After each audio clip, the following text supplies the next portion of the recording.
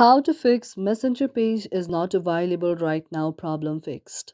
Hello everyone, it's me Rock, and in this very video tutorial I will be teaching you how you could fix Messenger page is not available right now problem fixed.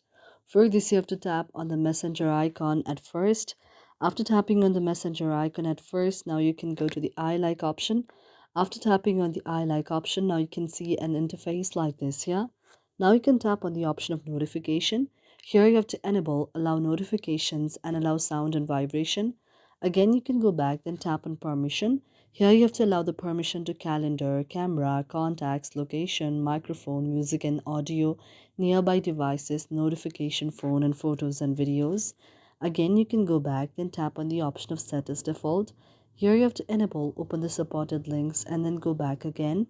Then you can tap on app details in store, and after that here you can see an interface like this here. You have to wait for a while until this very interface appears in the Google Play Store. Now here, if you see the option of try again, once again you can just tap on the option of try again, and then if you see the option of update, you have to update it and your problem will be solved.